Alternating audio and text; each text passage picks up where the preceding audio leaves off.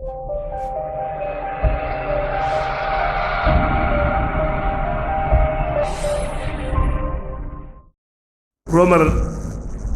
திருச்சபைக்கு அப்போஸ்தலனாகிய பவுல் எழுதிய கடிதம் 12ஆம் அதிகாரம் 1-2 வசனங்களை திரும்பவும் வாசிக்கிறேன். புதிய ஏற்பாடில் 221வது பக்கம்.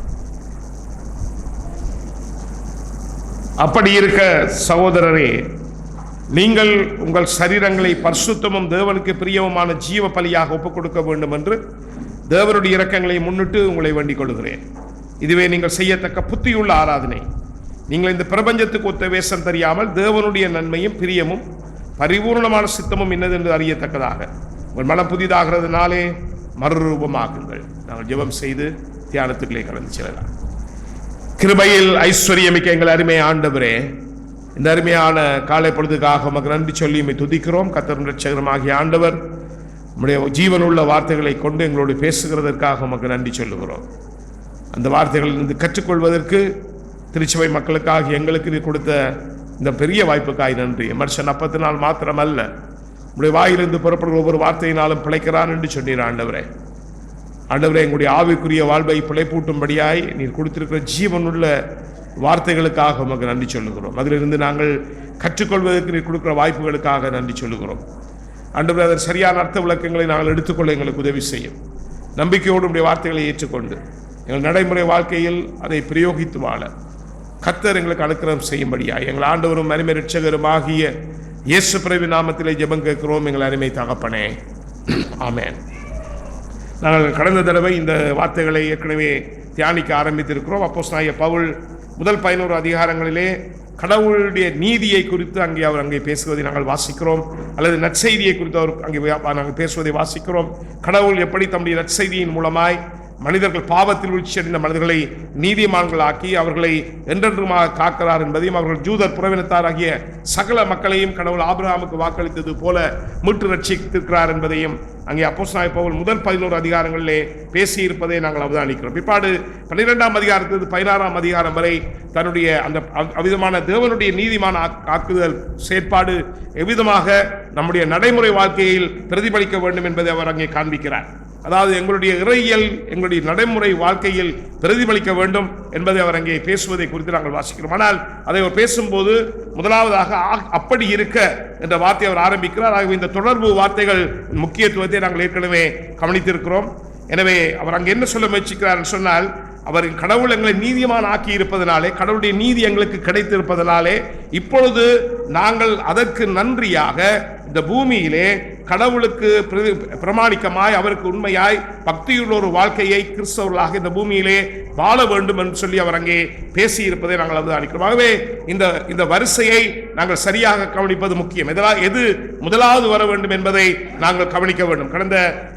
கடந்த வாரத்தின் செமினாரில் இந்த விஷயம் திரும்ப திரும்ப பேசப்பட்ட ஒரு விஷயமாக இருக்கிறது. அதாவது நாங்கள் நடைமுறையில் பக்தி உள்ளவர்களாய் வாழ்வதற்கு காரணம் நாங்கள் ரட்சிப்பை நாங்கள் சம்பாதித்துக் கொள்வதற்காக அல்ல, மாறாக கடவுள் தம்முடைய நீதியை எங்களுக்கு வெளிப்படுத்தி தம்முடைய நற்செய்தியின் மூலமாய் அதன் வல்லமையின் மூலமாய் அவருடைய நீதியை எங்கள் மீது போர்த்தி எங்களை பரிசுத்தவான்களாக மாற்றுவதாக வாக்களித்து நித்திய வாழ்வுக்கென்று அவர் எங்களை அழைத்திருப்பதனாலே இப்பொழுது நாங்கள் நடைமுறையில் அவருக்கு பக்தி உள்ளவர்களாய் அந்த மீட்புக்கு பிரமாணிக்கமாய் வாழ வேண்டும். இதைத்தான் அங்கே கடவுள் தெளிவாக சொல்கிறார்.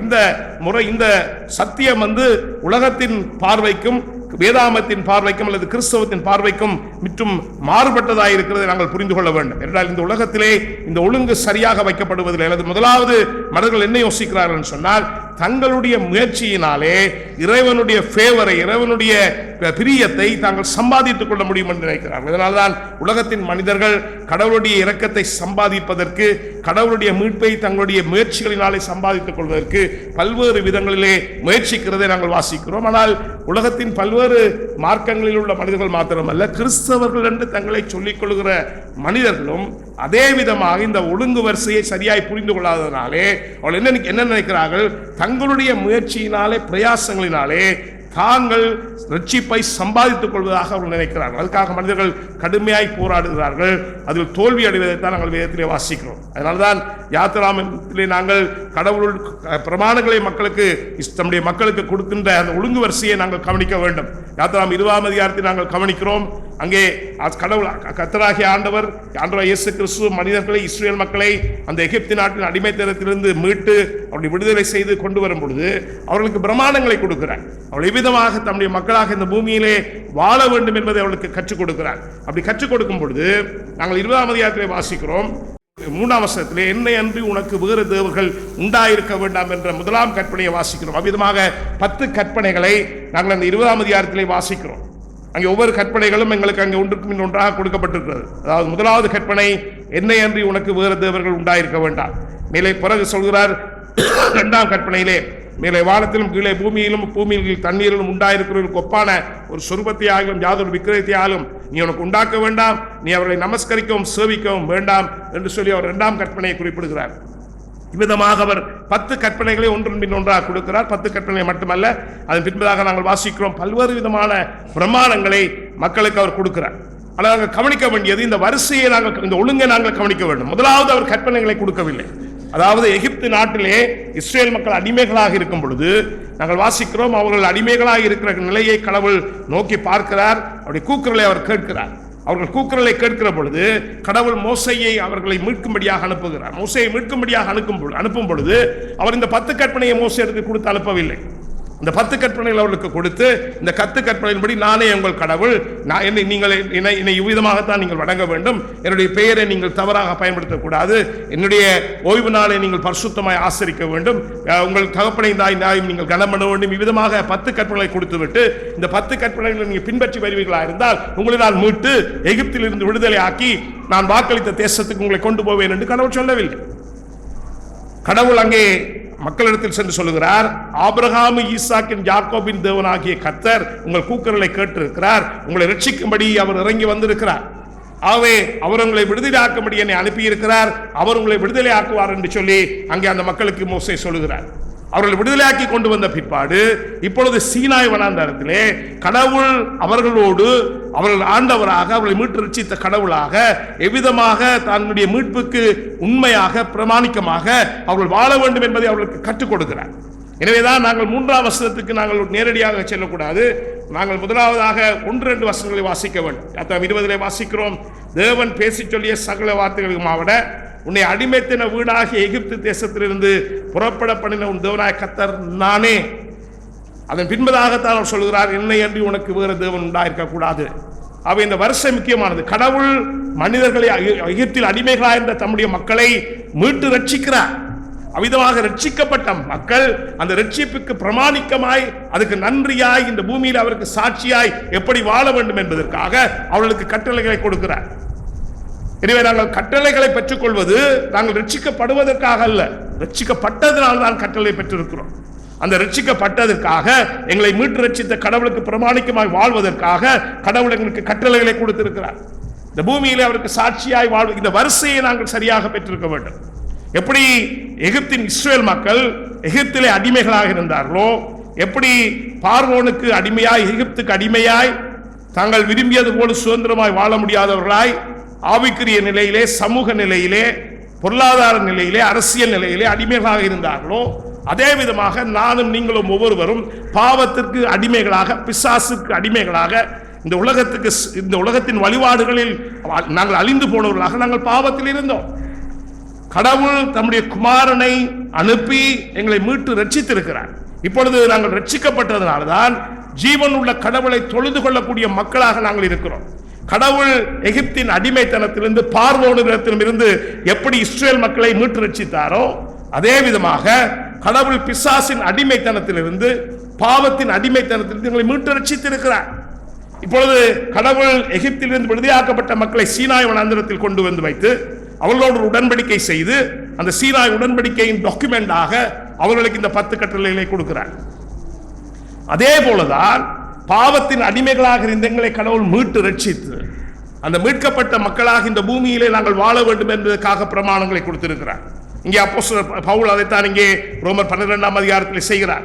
அங்கே முதல் 11 அதிகாரங்களிலே எவ்விதமாக கடவுள் தம்முடைய நீதிமானாகுதலை தம்முடைய நற்செய்தியின் மூலமாக எங்களுக்கு கொடுக்கிறார் என்பதை காண்பிக்கிறார். அதனால்தான் ரோமர் புத்தகத்தின் 1ஆம் அதிகாரத்திலே அங்கே நாங்கள் வாசிக்கிறோம், நற்செய்தியை தான் பிரசங்கிக்க நியமிக்கப்பட்டவன் சொல்லுகிற பொழுது பவுல் அந்த நற்செய்தியை குறித்து பேசும்போது அங்கே 1ஆம் அதிகாரம் 15-14 சொல்கிறார், நான் பிரஜாதியருக்கு அல்லது பிறவின மக்களுக்கு நற்செய்தி அறிவிக்க நான் கடமைப்பட்டவனாயிருக்கிறேன், அதற்கு அழைக்கப்பட்டிருக்கிறேன்.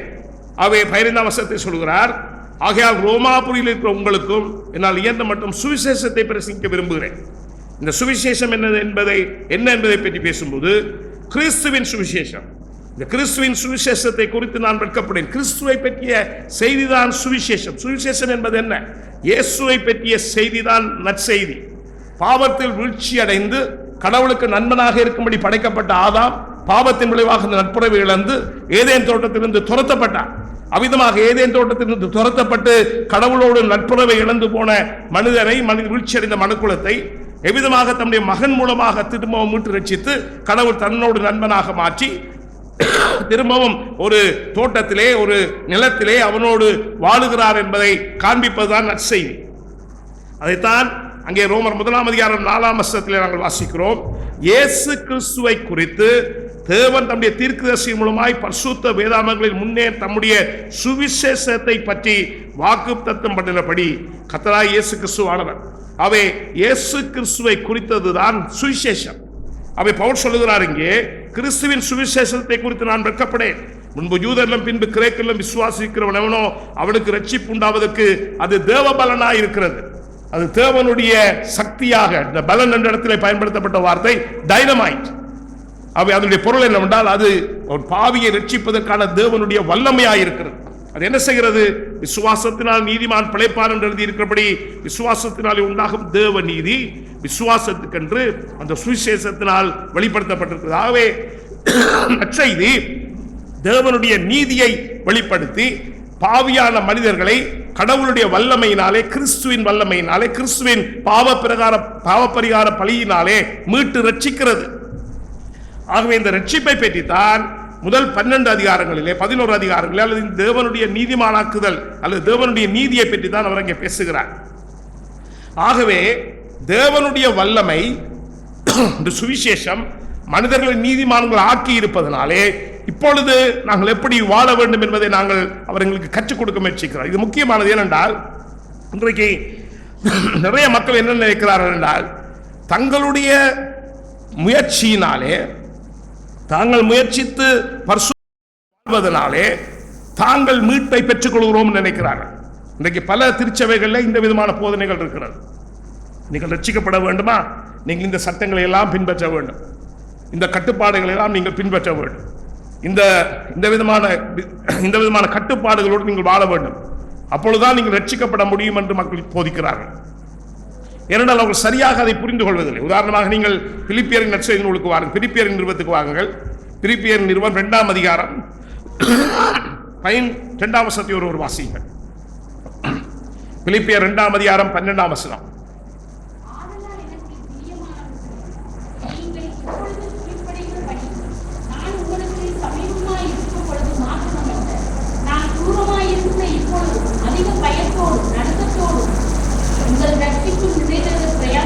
அவர் சொல்கிறார், உங்கள் ரட்சிப்பு நிறைவேற நீங்கள் பிரயாசப்படுங்கள், உங்கள் ரட்சிப்பு பூரணப்படுத்தப்பட நீங்கள் பிரயாசப்படுங்கள். அவை நாங்கள் ரட்சிக்கப்பட்ட மக்களாக நாங்கள் அடைந்திருக்கிற ரட்சிப்பு பூரணத்தை நோக்கி நகர்வதற்கு அல்லது பூரணத்தை நோக்கி பயணிப்பதற்கு நாங்கள் ஒவ்வொருவரும் பிரயாசப்பட வேண்டும். உண்மைதான். அப்ப மக்கள் என்ன நினைக்கிறாங்க, நீங்க இந்த வசனத்தை எடுத்து மக்கள் பயன்படுத்தும் போது நீங்கள் ரட்சிக்கப்பட வேண்டும் என்று சொன்னால் நீங்கள் சட்டங்களை பின்பற்ற வேண்டும், அதுக்காக நீங்கள் கடுமையாக பிரயாசப்பட வேண்டும் என்று சொல்லுகிறார்கள். அது தவறானது. ஏனென்றால் அதுக்கு அடுத்த வசனத்தை நீங்கள் கவனித்து பாருங்கள். 13 வாசிங்க.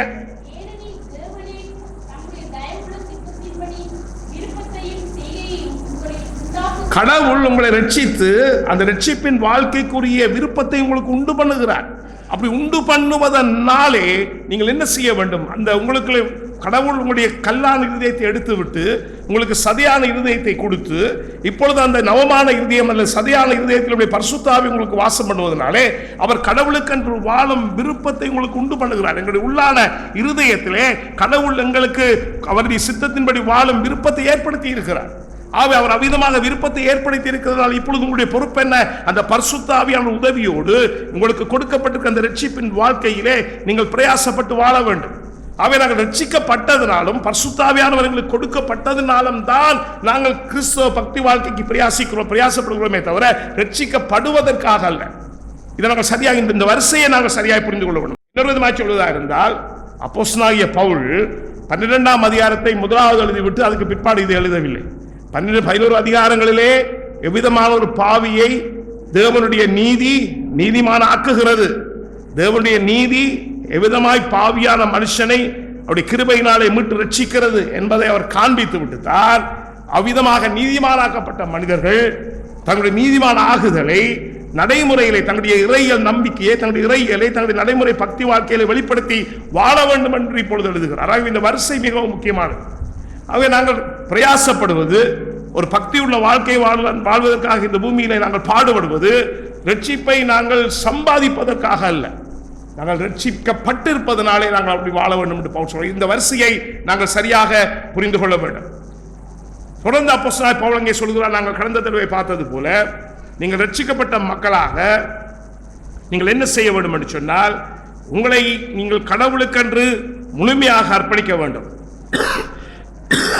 உங்களை கடவுளுக்கு நீங்கள் பலியாக ஒப்புக் கொடுக்க வேண்டும். நாங்கள் லேவியர் ஆகமத்திலே பலியலை குறித்து வாசிக்கிறோம், நீங்கள் வாசித்து பாருங்கள்.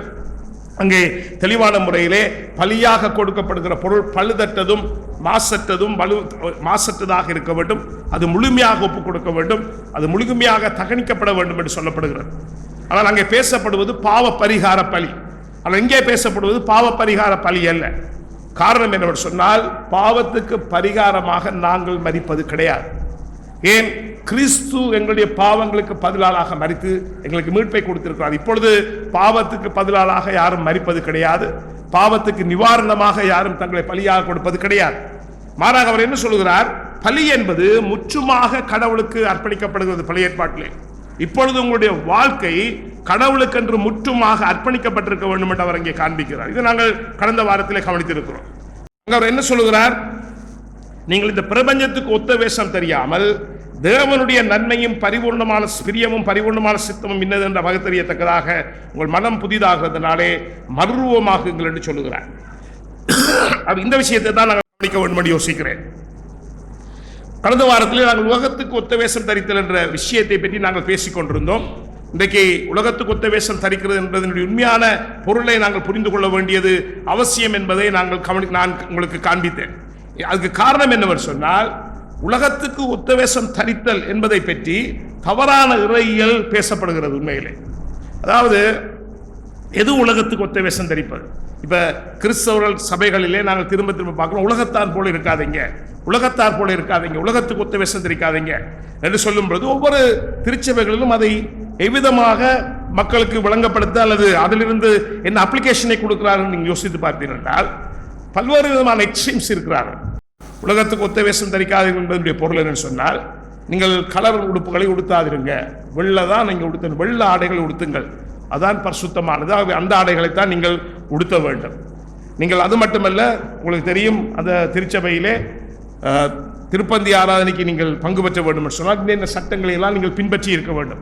இந்த சட்டங்களை நீங்கள் பின்பற்றாவிட்டால் நீங்கள் என்ன செய்ய முடியாது, நீங்கள் திருப்பந்தியிலே பங்கு பெற்ற முடியாது. அதாவது இப்ப உலகத்தை பொறுத்த மட்டுமே பலகீனமானவன் பலம் உள்ளவன்.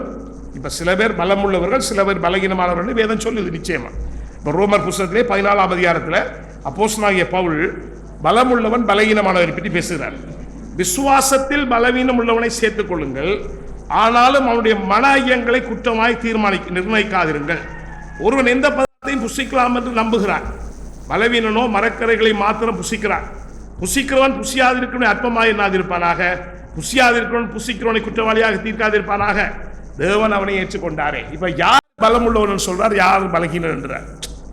அதாவது அந்த காலத்தில் ரெண்டு விதமான பிரச்சனை இருந்துச்சு. ஒன்று ஜூதர்களுக்கு சில மாம்ச உணவை உண்ணுவதிலே இன்னும் ரட்சிக்கப்பட்ட பிறகும் கொஞ்சம் சவால் இருந்துச்சு. இப்ப பேதுருக்கு அந்த சவால் இருந்துச்சு. அப்போஸ்தலர்களில் வாசிக்கிறோம், கடவுள் சொல்றார், நான் பரிசுத்தம் என்று சொல்றது நீ அசுத்தம் என்று சொல்லாத, அடித்து புசி, என்ன அடித்து புசி.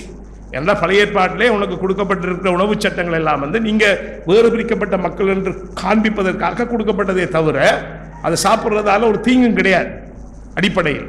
அதனால அந்த சட்டங்கள் எல்லாம் பழைய ஏற்பாட்டோடு முடிஞ்சு போச்சு. இப்பொழுது நம்ம வேறு பிரிக்கப்பட்டோம் என்பதை காண்பிப்பது எங்களுடைய உணவு பழக்கங்களினாலும் எங்களுடைய ஆடைகளினாலும் கிடையாது, எங்களுடைய வாழ்க்கை முறையினாலும். இந்த உலகத்தின் வாழ்க்கை முறை அல்லது உலகத்தின் நம்பிக்கைகளுக்கு நாங்கள் எங்களை மறுதளித்து இறைவார்த்தை அடிப்படையாக கொண்டு எங்களுடைய வாழ்க்கையை கட்டுகிறோம், எங்களுடைய வாழ்க்கை அமைப்பை உருவாக்குகிறோம். ஆகவே எங்களுடைய ஆடைகள் அல்லது எங்களுடைய உணவு பழக்கங்கள் அல்ல நாங்கள் கிறிஸ்துவ என்பதை காண்பிப்பது. ஆனால் அந்த காலத்தில் அவர்களுக்கு அது அடையாளமாக இருந்தது.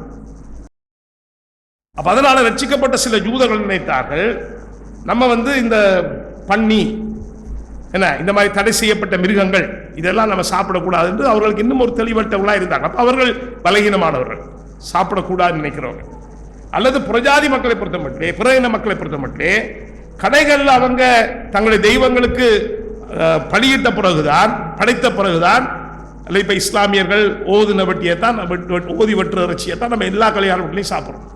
நம்ம கல்யாண வீடுகளுக்கு போகும்பொழுது நாங்கள் சாப்பிட்ற மாடு ஆடு கோழி எல்லாமே என்னது அல்லாவுக்கு ஓதி வெட்டுற இறைச்சியை தான் சாப்பிட்றோம்.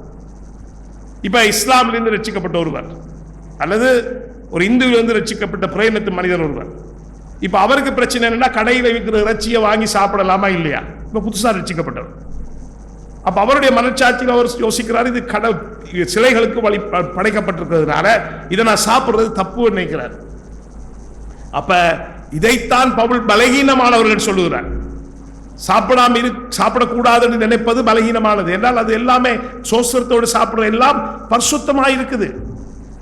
இதை சாப்பிடாமல் எதையும் சாப்பிடலாம், அதுல ஒரு பிரச்சனையும் கிடையாது. இதான் மெச்சூரிட்டி. என்னால் கடவுளுக்கு முன்பாக எல்லாம் கடவுள் படைத்தது, இந்த பூமியில எல்லாம் கடவுளால் படைக்கப்பட்டது. ஒரு சிலைக்கு முன்பாக போய் ஒரு பொருளை வைத்து அதை பலியிடுவதனாலே அந்த பொருளுக்கு ஒன்றும் நடக்காது. இப்ப திருப்பந்தி போன வாரம் ஆசரித்தோம். இந்த ரொட்டியையும் அந்த பானத்தையும் நாங்கள் வச்சு கடவுளுடைய சமூகத்தில் ஆசீர்வைத்தோம். அந்த ரொட்டியும் ரசமும் வந்து ஏதாவது மாறிடுச்சா? ஒன்றும் மாறையில்லை. நாங்கள் ஆசீர்வதிக்கிறதுக்கு முன்னாடியும் அது மாவில் செய்த ரொட்டி, அது வந்து குளிர்பானம் தான். நம்ம ஆசீர்வதித்த பிறகும் அது குளிர்பானமும் ரொட்டியும் தான். பொருள் மாறுபடுவதில்லை. நாங்கள் வந்து டிரான்ஸ்சப்ஸ்டான்சியேஷன் என்ற ரோமன் கத்தோலிக்க திருச்சபையின் கொள்கையை நாங்கள் மறக்கிறோம். ஏன்னா கிறிஸ்து ஒரே தரம் பலியான, திரும்பவும் திரும்ப பலி கொடுப்பதில்லை. பூசை பலி கிடையாது. நாங்கள் செய்வது ஆராதனை மட்டும்தான். என்றால் பொருள் மாறுபடுவதில்லை. கன்சப்ஸ்டான்சியேஷன், அதாவது நாங்கள் ஆன்மீக முறையிலே கடவுள் ஒரு பலமான முறையிலே எங்கள் மத்தியில் அந்த இடத்துல பிரசன்னராக இருக்கிறார். 2000 வருஷங்களுக்கு முன்பாக கடவுள் எப்பொழுதுமே நாங்கள் எப்படி மீட்கப்பட்டோம் என்பதை மறக்கக்கூடாது என்று விரும்புகிறார். இதான் ரொம்ப முக்கியமானது. கடவுள் ஏன் திருப்பந்தி எங்களுக்கு ஏற்படுத்தினார் என்று சொன்னால், நாங்கள் எப்பொழுதும் எங்களுக்கு நினைப்பூட்ட வேண்டிய விஷயம், எங்களுடைய பிரயாசங்களினாலும் முயற்சிகளினாலும் நாங்கள் ஒருபோதும் மீட்கப்படுவதில்லை. மீட்கப்பட முதல் மட்டுமல்ல, மீட்கப்பட்ட பிறகும் கூட ஒருபோதும் நாங்கள் அந்த நிலைக்கு வரக்கூடாது. ஏனென்றால் அதை எங்களை உயர்த்துவதற்கு தான் எங்களுக்கு உதவி செய்யும், எங்களை தாழ்த்துவதற்கு உதவி செய்ய. அதாவது ஆயக்காரனுக்கு இருக்கிற பிரச்சனை என்ன? ஆயக்காரனும் பரிசேயனும் ஆலயத்துக்கு வாரான். பரிசேயனுக்கு இருக்கிற பிரச்சனையை அவன் என்ன நினைக்கிறான்? நான் பரிசுத்தமாக இருப்பதற்கு, கடவுளால் ஏற்கப்படுவதனாய் இருப்பதற்கு காரணம் நான் மற்றவனை விட சிறந்தவனாய் வாழ்கிறேன். அப்ப அவன் நினைக்கிற, ஆண்டவரை நான் தசமவா கரெக்டா கொடுக்கிறேன், நான் 5 வேளை கரெக்டா தொழுகிறேன். இந்த ஆயக்காரனை போல நான் கிடையாது. என்ன பார்த்தா உமக்கே புல்லரிச்சு போயிடும் பாரு. அந்த அளவுக்கு நான் பரிசுத்தமா வாழ்ற மனுஷன். காரணம் என்ன? அவனுக்கு தெரியல பலி. அவன் ஒவ்வொரு வருடந்தோறும் கொண்டு வருகிற பலி அவனுக்கு என்னத்தை நினைப்பூட்டுது அவனுக்கு தெரியல. ஏன்னா நீ சாக வேண்டியவன். இந்த விதமாக உன்னை வெட்டி, உன்னை கூறாக்கி, உன்னை 2ஆக வெட்டி, உன்னை நெருப்புல போட்டு எரிக்கணும். என்னால் கடவுளுடைய கோவாக்கினை உனக்கு எதிராக வைக்கப்பட்டிருக்கிறது. ஒரு பரிசுத்த கடவுள் ஒருபோதும் பாவியான உன்னை ஏற்றுக்கொள்ள முடியாது. எனவே நீ என்ன செய்ய வேண்டும்? கடவுளத்தில் வர வேண்டும் என்றால் நீ ஒரு பலியோடு வர வேண்டும். பலிமுறை மூலமாக மட்டும்தான் நீ கடவுளாலே ஏற்றுக்கொள்ளப்படவனாக முடியும் என்பதுதான் பழைய ஏற்பாட்டின் பலிமுறைகள் அவனுக்கு சொல்லிக் கொடுத்துக் கொண்டிருந்த உண்மை. அது அவனுக்கு நினைப்பூட்டுதலாய் கொடுக்கப்பட்டது. அது வரப்போகிற ஒரு பலியை குறித்து அவனுக்கு அடையாளம் காட்டிக் கொண்டிருந்தது. ஆனால் அந்த பலிமுறை அவனுக்கு இருந்தாலும் அவன் என்ன நினைக்கிறான்? நான் கடவுளுக்கு முன்பாக ஏற்றுக்கொள்ளக்கூடியவனாய் இருப்பதற்கு காரணம் வந்து என்னுடைய தசம பாகம், என்னுடைய பரிசுத்த வாழ்க்கை, என்னுடைய ஒடுக்குதல், இந்த விதமான என்னுடைய முயற்சிகள் தான் என்னை கடவுளுக்கு முன்பாக நிற்க தகுதி உள்ளவனாய் மாற்றுகிறது நினைக்கிறான். ஒரு நாளும் கிறிஸ்தவர்கள் தம்முடைய மக்கள் தன்னுடைய வருகைக்கு பிற்பதாக அவர்களுக்காக சிலுவையிலே பலியிடப்பட்டு அவர்களுக்கு மீட்பை சம்பாதித்து அதை நிறைவேற்றி முடித்த பிற்பாடு தன்னுடைய கடவுளுடைய மக்கள் கூடி வரும் பொழுது அவர்கள் ஒருபோதும் தங்கள் வாழ்க்கையில் எந்த நிமிஷத்திலும் தங்களுடைய பிரயாசத்தினாலும் முயற்சியினாலும் கடவுளுக்கு முன்பாக நிற்கிற பாக்கியத்தை அவர்கள் பெற்றார்கள் என்று நினைக்க கூடாது என்பதற்காகத்தான் அவர் திருப்பந்தி எங்களுக்கு தந்திருக்கிறார். திருப்பந்தி எங்களுக்கு நினைவூட்டல். இதை நினைவூட்டுகிறது, நாங்கள் இந்த விதமாக பிக்கப்பட வேண்டியவர்கள், எங்களுடைய ரத்தம் இந்த விதமாக சிந்தப்பட்டிருக்க வேண்டும் என்றால் கடவுளுடைய பரிசுத்த கடவுளுடைய கோவாக்கினை எங்கள் மீது ஊற்றப்பட்டிருக்க வேண்டும். ஆனால் அது யார் மீது ஊற்றப்பட்டது? கடவுளுடைய மகனாகிய இயேசு கிறிஸ்து மீது ஊற்றப்பட்டது. கெத்செமனிலே அவர் என் பிதாவே இந்த பாத்திரம் என்னை விட்டு அகன்று முன்னால் முடியும் என்றால் அகன்று போகட்டும் என்று ஜெபிப்பதற்கு காரணம் என்ன? அந்த பாவத்தின் அகோரம் முழுவதும் அவர் மீது போத்தப்படுகிறது. அவை திருப்பந்தி எங்களுக்கு நினைப்பூட்டுதலாக இருக்கிறது. கடவுள் எங்களுக்கு திருப்பந்தியை கொடுத்திருக்கிறார் நினைப்பூட்டுதலாக. அது எங்களுக்கு என்னத்தை நினைப்பூட்டுகிறது? நேற்று மட்டுமல்ல, ரட்சிக்கப்பட்ட போது மட்டுமல்ல, ரட்சிக்கப்பட்ட புறவுள்ள வாழ்க்கையிலும் நாங்கள் என்னத்தை திரும்ப திரும்ப நினைக்க மூட்ட வேண்டும். நாங்கள் நீதிமானாக இருப்பது எங்களுக்கு கொடுக்கப்பட்ட நீதியை தவிர எங்கள் சொந்த நீதி கிடையாது. We have been justified by the blood of Christ. இயேசுவின் பரிகார பலி இரத்தத்தினால் மட்டும்தான் நாங்கள் நீதிமானாக்கப்பட்டிருக்கிறோம். ஆகவே திருப்பந்தி நினைப்பூட்டுதலுக்காக எங்களுக்கு தரப்பட்டிருக்கிறதே தவிர திருப்பந்தியில் இயேசு கிறிஸ்துவின் அப்பத்தை பிற்கும் போது அது இயேசுவின் சரீரமாவதும் இல்லை. நாங்கள் எபிரேயரில் வாசிக்கிறோம், அவர் ஒரே தரம் பலியானார். அவர் ஒரே தரம் பலியாகி அவர் எங்களுக்கு மீட்பை கொடுத்து, அப்ப ஒரே தரம் பலியாகிட்டா திரும்பியே நம்ம பிக்கணும் என்றால் அவர் ஒரு தரம் பலியானார். நாங்கள் ஒவ்வொரு நாளும் நினைக்கணும், ஒவ்வொரு நாள் வாழ்க்கையில் அதைத்தான் நம்ம நினைக்கணும். என்னை இன்றைக்கு காப்பாற்றி கொண்டிருப்பது அந்த இயேசுவின் பலியே தவிர 2000 வருஷத்துக்கு ஒன்றாக அவர் எனக்காக பலியானதுனால தான் நான் இன்றைக்கு கிறிஸ்தவனே தவிர இன்றைக்கு நான் சிறப்பாக வாழ்கிறேன். அதனாலே நான் கிறிஸ்தவன் கிடையாது. அதனால்தான் என்னை நினைவு கூறும்படி இதை செய்யுங்கள் என்றார். ஆனா மக்கள் என்ன நினைக்கிறாங்க? தங்களுடைய நற்செயல்களினாலே இப்பொழுது நாங்கள் கிறிஸ்தவ வாழ்க்கையை தக்க வைக்கிறோம், இப்பொழுது கிறிஸ்தவர்களாக இருக்கிறோம் நினைக்கிறார்கள். அதனால்தான் அது பலகீனமான சிந்தனை. நீங்க வெள்ளாடு உடுத்தணும், அப்பதான் நீங்க தகுதி உள்ளவர். அல்ல நீங்க இதை சாப்பிடலாம் இதை சாப்பிடக்கூடாதுன்னு சட்டங்களை நாங்க போடுகிறோம், இந்த சட்டங்களை பின்பற்றினா தான் நீங்கள் கிறிஸ்தவர்கள். அப்படி யோசிப்பது பலம், அதுதான் பலம் உள்ள கிறிஸ்தவர். 90ஆம் ஆண்டு காலப்பகுதியில் நாங்கள் இங்கே மன்னார்ல திருச்சபையாக நம்ம தான் முதலாக உருவான திருச்சபை, சுவிசேஷ கிறிஸ்தவ திருச்சபை. நம்ம தான் முதல் சபை. 1983ஆம் ஆண்டு நம்ம உருவாக்கிட்டோம். அப்புறம் இந்தியாவுக்கு போயிட்டு வந்து நம்ம திருச்சபை நடந்து இருக்கும்போது 89-90ஆம் ஆண்டில் சில கரிஸ்மேட்டிக் சர்ச் வராங்க. அப்போ நாங்கள் 89ஆம் ஆண்டு 90ஆம் ஆண்டு சில 1-2 திருச்சபைகள் வந்தபோது அவங்கள்ட்ட போய் பேசி நாங்கள் வந்து ஒரு ஐக்கியம் வச்சுருக்கோம். நம்ம எல்லாம் வெவ்வேறு கொள்கைகள் இருக்கலாம், ஆனால் நம்ம எல்லாம் ரோமன் கத்தோலிக்க திருச்சபையிலேருந்து வெளியே வந்து வெவ்வேறு சபைகளாக மாறி இருக்கோம். இந்தியா அகதியாக போய் சிலர் கிறிஸ்தவர்களாக வந்துருக்கீங்க. உங்களோட நாங்கள் ஐக்கியம் வைக்க முடியாது, நீங்கள் உலகத்தாராக இருக்கிறீங்க. உங்களோட திருச்சபையாக்கள் கொஞ்சம் பேர் தியேட்டரில் இருக்கிறாங்க. இப்போ பார்த்தா அவங்கெல்லாம் இருக்கிறாங்க, அது விஷயம் வேறு. தியேட்டரில் படம் பார்த்துட்டு இருக்கிறாங்க. உங்களோட நீங்கள் டிவி வச்சிருக்கிறீங்க, என்ன நீங்கள் காட்சட்டையெல்லாம் போடுறீங்க, இதெல்லாம் பிரச்சனை உங்களுக்கு. என்ன இன்னைக்குமே பாருங்க, பாஸ்டமர் ஷோர்ட்ஸ் போட்டாரா பார்த்துருக்கீங்களா? ரீஃபார்ம் திருச்சபை பாஸ்டமாரை தவிர ஒருவர் போட மாட்டாங்க. டீ கடையில் உட்கார்ந்து டீ குடிச்சதை பார்த்துருக்கீங்களா? குடிக்க மாட்டாங்க. நாங்கள் பாஸ்டர்ஸ் கொஞ்சம் சந்தோஷமா சிரிச்சு பழகி பார்த்துருக்கீங்களா? பாஸ்டர்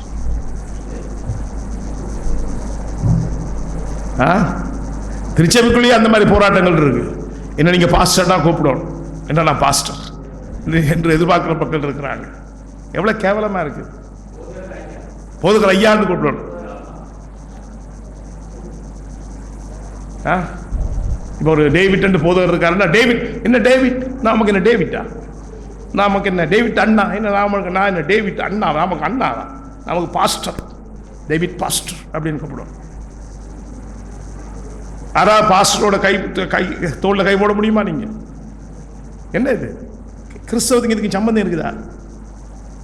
யோசிச்சு பாருங்க, கிறிஸ்தவத்துக்கு இதுக்கு சம்பந்தம் இருக்குதா? சம்பந்தமே இல்லை. நிறைய திருச்சபை மக்களுடைய மட்டுமல்ல போதகமாருடைய வாழ்க்கைக்கும் திருச்சபைக்கும் கிறிஸ்தவத்துக்கும் சம்பந்தமே கிடையாது. அதெல்லாம் கிறிஸ்தவம் நமக்கு சொல்லித்தார உண்மை என்னவென்றால், போதகராக இருக்கிற நீ தான் அடிமட்ட பாவி. அப்போஸ்தலன் பவுல் தான் சொல்றாரு, நான் கிழிந்து போன, நான் குப்பையா போடப்பட வேண்டிய மனுஷன், நான் ஒன்றும் பெரிய பரிசுத்தவான் கிடையாது அப்படின்றார். அப்படியான பாவியாகிய நம்மைத்தான் கடவுள் மீட்டு ரட்சிக்கிறார். ஆனால் இப்போ இவர்கள் என்ன சொல்றாங்கன்னா, நீங்க உலகத்தார போல இருக்கிறீங்க, உங்களோட நான் ஐக்கியப்படையலாம். அப்ப நீங்க எல்லாம் பலகீனமான கிறிஸ்தவர்கள், நீங்க இன்னும் உலகத்தின் பாவத்தை விட்டு வெளியே வரலை, அப்ப நீங்க பலகீனமானவர்கள். பவுல் சொல்றார், அவர்கள் எல்லாம் பலகீனமானவர்கள், இது பார்க்கிறது தப்புன்னு யோசிக்கிறவன் தான் பலகீனமானவன். இந்த கொலோசையர்ல பாருங்க, கொலோசையர் 2ஆம் அதிகாரம், கொலோசையரின் புத்தகம் 2ஆம் அதிகாரம் 10ஆம் வசனத்தை வாசிக்கிறேன்.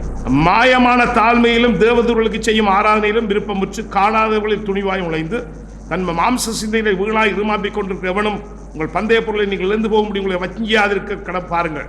அதாவது பொய்யான நம்பிக்கைகள், பொய்யான தாழ்மையிலும் பொய் இருக்கு, தாழ்மையிலும் பொய் இருக்கு. அப்ப அந்த தாழ்மையிலும் பொய் இருப்பதனாலே நீங்கள் பொய்யான மாய்மாலமான தாழ்மை வழிபாடுகள் எல்லாவற்றுக்கும் நீங்கள் விலகி இருங்கள். ஏன் விலகி இருக்க வேண்டும் என்பதை அவர் அடுத்த வசனம் சொல்கிறார். நீங்கள் கிறிஸ்துவுடனே கூட உலகத்தின் வழிபாடுகளுக்கு மரித்ததான் உலகத்துக்கு ஒத்த வேஷம் தெரியாது என்பதுடைய பொருள். நீங்கள் கிறிஸ்துவுடனே கூட உலகத்தின் வழிபாடுகளுக்கு மரித்ததுண்டானால் இன்னும் உலக வழக்கத்தின்படி பிழைக்கிறவர்கள் போல, இந்த உலகம் என்ற வார்த்தையிலே நீங்கள் உலகத்துக்கு ஒத்த வேஷம் தெரியாமல் என்ற வார்த்தையில் பயன்படுத்தப்பட்டிருக்க வார்த்தை ஏஜ் என்ற வார்த்தை, யுகம். அது அந்த ஒவ்வொரு காலத்துக்கும் அது நம்ம அப்ளை பண்ணணும். அவருடைய காலத்தில் என்ன சொல்றாருன்னா, கடவுளை அறியாத மக்களுடைய வழிபாடுகள், கடவுளை அறியாத மக்களுடைய பரிசுத்தத்தை பற்றிய பார்வைகள், இறை நம்பிக்கைகள், இவற்றுக்கு நீங்கள் இசைந்து போகாதிருங்கள். பெருமதி குறித்த மதிப்பீடுகள், இதற்கு நீங்கள் இசைந்து போகாதிருங்கள். அப்ப இன்னைக்கும் பாத்தீங்கன்னா, கிறிஸ்துவினுடனே கூட உலகத்தின் வழிபாடுகளுக்கு மரித்தோம்னால் இந்த உலக விளக்கத்தின்படி பிழைக்கிறவர்கள், அதாவது இந்த பரிசுத்தத்தை பற்றிய பார்வைகளை பின்பற்றி, அதாவது வெள்ளை உடுத்தினா தான் கிறிஸ்தவன், இல்லாட்டி நம்ம ரட்சிப்பு இழந்து போயிடுவோம். நம்ம மாம்சம் மரக்கறி வெள்ளிக்கிழமை தோறும் விரதம். இப்ப ஏன் கிறிஸ்தவர்கள் எல்லாம் வெள்ளிக்கிழமை உபவாசம் இருக்கிறாங்க? என்ன காரணம்? ஏன் வெள்ளிக்கிழமை இருக்கணும் உபவாசம்? ஏன்னா சைவக்காரன் வெள்ளிக்கிழமை விரதம் இருக்கான். வெள்ளிக்கிழமை விரதத்துக்கு சிறந்த நாள். இது பைபிள் சொல்லுதா? அப்படி கிடையாது. உபவாசம் இருக்கணும், அது தப்பு கிடையாது, அது நல்ல விஷயம். ஏன் உபவாசம் இருக்கணும்ன்றது முக்கியம். அப்ப பாருங்க, நீங்க என்ன செய்றீங்க? மனுஷனுடைய கற்பனைப்படி போதனை நடந்து தொடாதே, ருசி பாராதே, தீண்டாதே என்கிற கட்டளைக்கு உட்படுகிறது என்ன? இவையெல்லாம் அனுபவிக்கிறதால் அழிந்து போகும். இப்படிப்பட்ட போதைகள் சுய இஷ்டமான ஆராதனை. நாங்க பரிசுத்தம், we are holier people than you. சில பேர் சொல்லுவாங்க, நான் கடவுளோட பரிசுத்தராயிட்டேன். சில பேர் ஜெபங்களை பாருங்க, ஆண்டவரே நான் இப்படி இருப்பதனாலே உமக்கு துதிக்கிறேன், நான் இப்படி செய்யக்கூடியதாக இருப்பதனாலே உமக்கு நன்றி சொல்லுகிறேன். நான் சுய இஷ்டமான ஆராதனை. இயேசு யாருடைய கால்களை கழுவினார்? நாச்சம் அடிக்கின்றத ஊத்தையான கால்களை என்ன செய்யறாரு? துண்டை கழட்டி இடுப்புல கட்டிட்டு கழுவுறாரு. அப்ப சுய இஷ்டமான ஆராதனை. நாங்க ரொம்ப தாழ்மையானவங்க, நம்ம ரொம்ப தாழ்மையானவங்க இப்படி நெஞ்ச நிமித்திக்கண்டு நாங்க கைகள் கால் கழுவி காட்டுறோம். சுய இஷ்டமான ஆராதனையும் மாயமான தாழ்மையும் சரீர ஒடுக்கத்தையும் பற்றி ஞானம் என்ற பெயர் கொண்டிருந்தாலும் இவர்கள் மாம்சத்தை பேணுவதற்கு ஒழிய மற்றொன்றுக்கும் பிரயோஜனப்படாது. இந்த சட்டங்கள் எல்லாம் என்னத்துக்கு உதவும்? மரக்கறி மட்டும் சாப்பிடுங்க, உங்க உடம்புக்கு நல்லதுன்னு சொல்லுங்க, உங்க ஆவிக்கு நல்லதுன்னு சொல்லாதீங்க. அதுக்கு ஆவிக்கு சம்பந்தம் இல்லை. புரியுதா? உங்களுக்கு தான் பிரச்சனை. மனுஷர்களை பார்த்து நம்ம சொல்லலாம், என்னது பன்னி இறைச்சியெல்லாம் நல்லா 250 என்ன பாகை உஷ்ணத்தில் சமைச்சா தாயா அதுல கிருமியெல்லாம் செத்து போகும். முடிஞ்சா தவிர்த்துட்டு மரக்கறி சாப்பிடுங்க, உங்களோட சரீரத்து உடம்புக்கு நல்லது இல்லை, வியாதி வருத்தம் வந்துடும் என்று சொல்லுங்க. சரீரத்தை பெறுறதுக்கு உதவும். பன்னி இறைச்சி எல்லாம் சாப்பிடாதீங்க, உங்களை ஆத்மாக்க கூடாதுன்னு சொல்லாதீங்க. ஆத்மாக்கும் பன்னி இறைச்சி சாப்பிட்றதுக்கு சம்பந்தம் இல்லை. புரியுதா உங்களுக்கு? ரெண்டு வித்தியாசம் இருக்குது. இதை செய்யாது என்று இன்றைக்கு எத்தனை சட்டங்கள் போடுறாங்க யோசிச்சு பாருங்க. மனிதர்கள் இதான் உலக வழக்கத்தின்படி பிழைக்கிறவர் போல. இரண்டாவது பொருள் அதுதான். உலகத்துக்கு ஒத்த வேஷம் தெரியாதுங்கள் சொல்றா, அது உண்மையான பொருள் இதுதான். நீங்க உலகத்தார் போல வெள்ளை உடுத்துறதுனால உங்களை அது பரிசுத்தமாக்காது. சில உணவை தவிர்ப்பது உங்களை பரிசுத்தமாக்காது. என்னால் அது கடவுள் நமக்கு கொடுத்திருக்கிற சுதந்திரம். நாங்கள் ஸ்டே ஆன் லைன், நாங்கள் இறைவனுடைய வார்த்தையில நிக்கணும். அதனோட நம்ம ஒன்றையும் கூட்டவும் கூடாது, குறைக்கவும் கூடாது. அப்படித்தான் வேதம் முடியுது. ஆனா இன்றைக்கு என்ன நினைக்கிறாங்க மக்கள்? உலக வழக்கத்தின்படி உலகத்துக்கு ஒத்த வேஷம் தெரியாதுன்னு சொல்லும்போது நமக்கு நம்முடைய கண்டெக்ஸ்ட்ல 2 வார்னிங் தேவைப்படுது. ஒன்று, திருச்சபைக்கு வழியில் இருக்கிற உலகத்தின் வழக்கத்தின்படி பிழையாதுங்கன்னு சொல்ல முடியாது. அதான் கடந்த வாசத்தில் நான் சொன்னேன். அதாவது காஸ்ட் சிஸ்டம், கிளாஸ் சிஸ்டம், இந்த பிள்ளைகளை ஸ்காலர்ஷிப்லேயே இருந்தே டியூஷனுக்கு அனுப்புறது, இதெல்லாம் உலக பெருமைக்காக செய்யப்படுற விஷயம். எந்த பிள்ளை ஸ்காலர்ஷிப்பில் பாஸ் பண்ணிட்டான் பாருங்க, தெரியுமா? உண்மையில ஸ்காலர்ஷிப்ன்றது சிறு பிள்ளைகளுக்கு செய்யப்படுற தீமை. ஏன்னா 163 மார்க்ஸ் கட் அவுட்டு, சரிதானே? ஆனால் 150 எடுத்தவனுக்கு ஃபெயில்னு சொல்லி கொடுக்குறோம். என் பிள்ளை எந்த பிள்ளை ஃபெலோஷிப்பில் ஃபெயில் ஆகிட்டான், அவன் 163 150 எடுத்தவன் ஃபெயில் ஆயா, என்னையா அது? நம்ம என்ன சொல்லிக் கொடுக்குறோம்? நம்முடைய பிள்ளைகளுக்கு தப்ப சொல்லிக் கொடுக்குறோம். நம்முடைய பெருமைக்காக இதெல்லாம் பிள்ளைகளை போட்டு நசுக்கிறோம். அவை இந்த உலகம். அடுத்தது திருச்சபை உலகம் என்ற ஒரு உலகம் இருக்கு. அதுதான் நான் இன்னைக்கு சொல்றேன் உங்களுக்கு.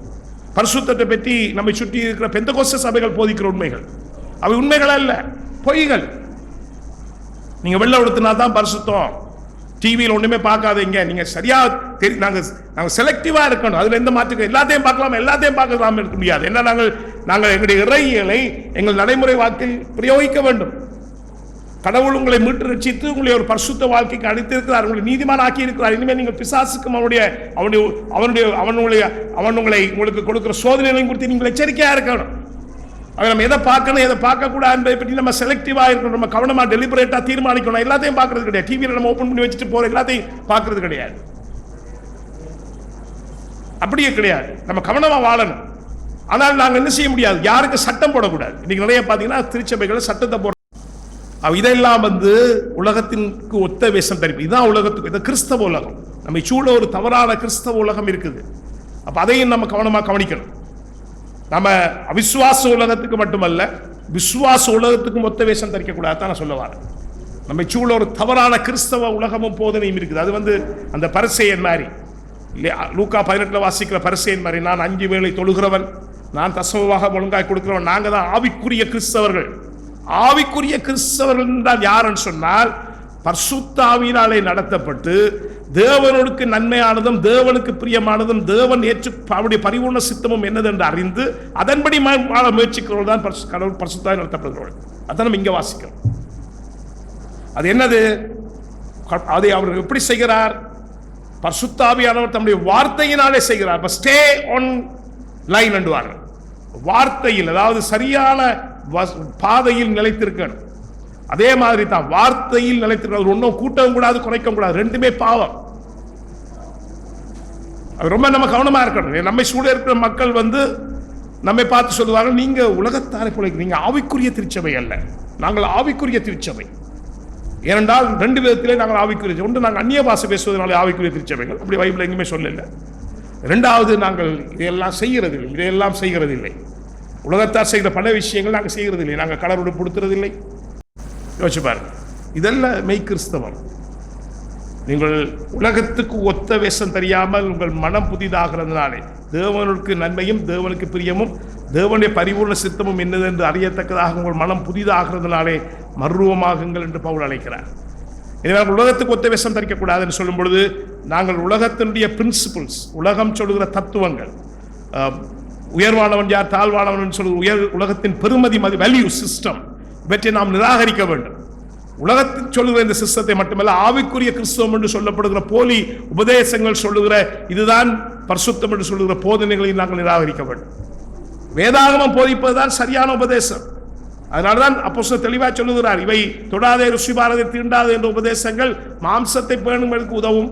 மற்றது என்ன செய்யும்? மாயமான தாழ்மை, போலியான தாழ்மையையும் போலியான ஆராதனை. இந்த போலியான ஆராதனை தன்னைத்தானே ஆராதிப்பது. இப்ப லூக்கா 18 அந்த பரிசேயுடைய பிரச்சனை, he is worshiping himself, not a true God. அவன் என்ன சொல்றான்? இப்ப நான் நம்முடைய உதவி இல்லாமலே பரிசுத்தனா இருக்க முடியும், அவ்வளவு சிறப்பா வாழ்றேன். ஒரு நாளும் கடவுளுக்கு முன்பாக மனுஷன் அப்படி வர முடியாது. எப்பொழுதும் கடவுளுக்கு முன்பாக வரும்பொழுது, ஆண்டவரே நான் பாவியா இருக்கிறேன், என் மீது இரக்கமாயிரம் என்று அந்த ஆயக்காரனை போல மட்டும்தான் நம்ம வர முடியும். அதைத்தான் திருவிருந்து நமக்கு சொல்லி தருகிறது. அதைத்தான் கடவுள் எங்களுக்கு நினைப்பூட்டலாய் விட்டிருக்கிறார். அவ எங்களை நாங்கள் ஆய்வு செய்வோம், கண்களை மூடி நாங்கள் ஜெபம் செய்வோம்.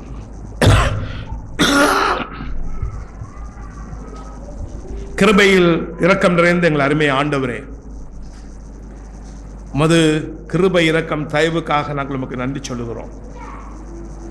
ஆண்டவரே, இந்த ரோமர் புஸ்தகத்தின் இந்த 12ஆம் அதிகாரத்தின் முதல் 2 வசனங்கள் மூலமாக நாங்கள் கற்றுக்கொள்ளக்கூடிய உண்மைகளுக்காக உமக்கு நன்றி சொல்லுகிறோம். பல சூழ்நிலைகளிலே நாங்கள் உலகத்துக்கு ஒத்த வேஷம் தரிக்கிற மக்களாக இருக்கிறோம். ஆண்டவரே, உம்முடைய வார்த்தையில் இருந்து நாங்கள் இந்த பூமியில் எப்படி வாழ வேண்டும் என்பதை கற்றுக்கொள்ளாமல் உலகம் எங்களுக்கு தருகின்ற அழுத்தங்கள், பெருமதி பற்றிய மதிப்பீடுகளுக்கு நாங்கள் இடம் கொடுக்கிறோம். அல்லது ஆவிக்குரிய கிறிஸ்தவம் என்ற போர்வையில் சொல்லப்படுகிற போலி உபதேசங்கள் மீது நாங்கள் நாட்டம் கொள்கிறோம். ஆண்டவரே, எங்களுக்கு நீர் உதவி செய்ய வேண்டும் என்று ஜெபிக்கிறோம். எங்களுடைய பலத்தினாலே நாங்கள் பிழைப்பது கிடையாது. ஆண்டவரே, நம்முடைய பரிகார பலி மாத்திரமே எங்களை காக்கிறது. நாங்கள் ரட்சிக்கப்பட்ட நாளில் மட்டுமல்ல ஆண்டவரே, எங்கள் வாழ்நாள் முழுவதிலும் எங்களோட மரணம் வரை அல்லது உம்முடைய வருகையில் நாங்கள் உம்மோடு சேர்த்து கொள்ளப்படுவது வரை ஆண்டவரே, உம்முடைய மரணமும் வாழ்வும் மரணமும் உயிர்த்தெழுதல் மட்டுமே எங்கள் மீட்பின் நம்பிக்கையாக இருக்கிறது. நீர் எங்களை மீட்டு ரட்சித்து உம்முடைய பரிசுத்த ஆவியை எங்களுக்கு கொடுத்து நாங்கள் உமக்கு பிரமாணிக்கமாய் வாழும் வாழ்க்கையின் பாக்கியத்தை கொடுத்திருக்கிறீர். ஆண்டவரே, ஆண்டவரே, அந்த வாழ்க்கையில் தொடர்ந்து வாழ நீர் எங்களுக்கு உதவி செய்யும்படியாக ஜெபிக்கிறோம். உள்ளான மனிதனிலே நாங்கள் நாளுக்கு நாள் உண்மை போல மாற்றமடைய எங்களுக்கு உதவி செய்ய வேண்டும் என்று ஜெபிக்கிறோம். எங்கள் ஆண்டவர் மரிமை ரட்சகருமாகிய இயேசு பிறவி நாமத்திலே ஜெபம் எடுக்கிறோம் எங்கள் அருமை தகப்பனே. ஆமென்.